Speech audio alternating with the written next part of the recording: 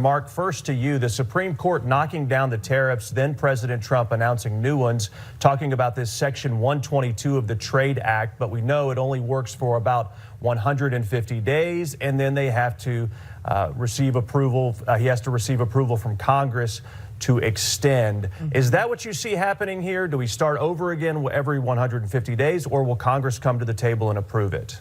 Well, I think we have to start out by understanding that tariffs are not going away. And as we said, I reported on American Agenda on this great network on Liberation Day, that even if the tariffs were struck down under this Emergency Powers Act, IEPA, as it was on Friday, the president has at least 4 other pieces of authority, tried and true, well battle-tested, that he can rely upon to continue to pursue this successful program of leveling the playing field by using tariffs against trade partners like China. So whether it's 122, an extension of 122, 232, or any of the other, we could do an alphabet soup of the numbers, but he's got plenty of tools in the toolbox to continue this policy.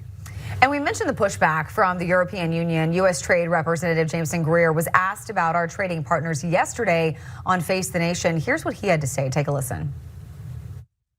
Whether we won or lost, we were going to have tariffs. The president's policy was going to continue. That's why they signed these deals, even while the litigation was pending. So we're having active conversations with them. We want them to understand that these deals are going to be good deals. We expect to stand by them. We expect our partners to stand by them. And I haven't heard anyone yet come to me and say the deal's off. So yeah, Dan, it sounds like the Trump administration has a pretty solid plan B. What do you think? Yeah, I think they do. Obviously, Section 122 does give the president some leverage here, which he's absolutely going to use. Now, what do I think is going to come out of this?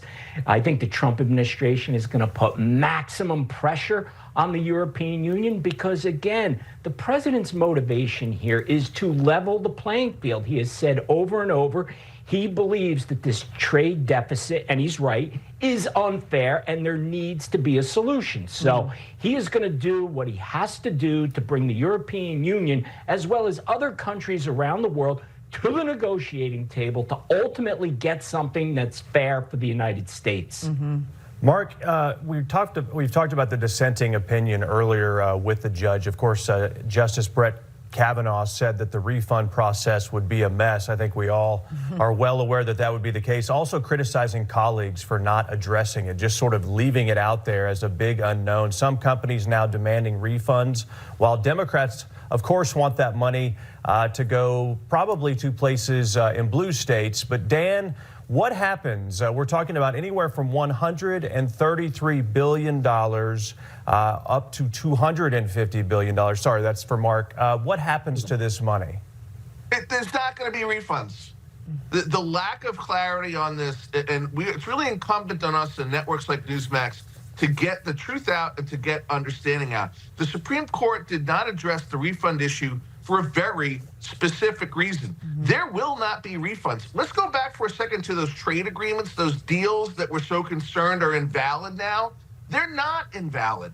The fact that the Supreme Court made this ruling does not impact deals that were negotiated and, by the way, in many instances, ratified by Congress and the International Court of Trade. There is another reason why there will be no refunds, is because those trade deals will not and are not invalidated legally by the Supreme Court's ruling. We got to get the facts out on this issue, guys. It's so important. Yeah. All right. Thank you guys so much. We have to leave it there. Dan Geltrud, Marc LoPresti, great to have you both with us this morning. Thank you.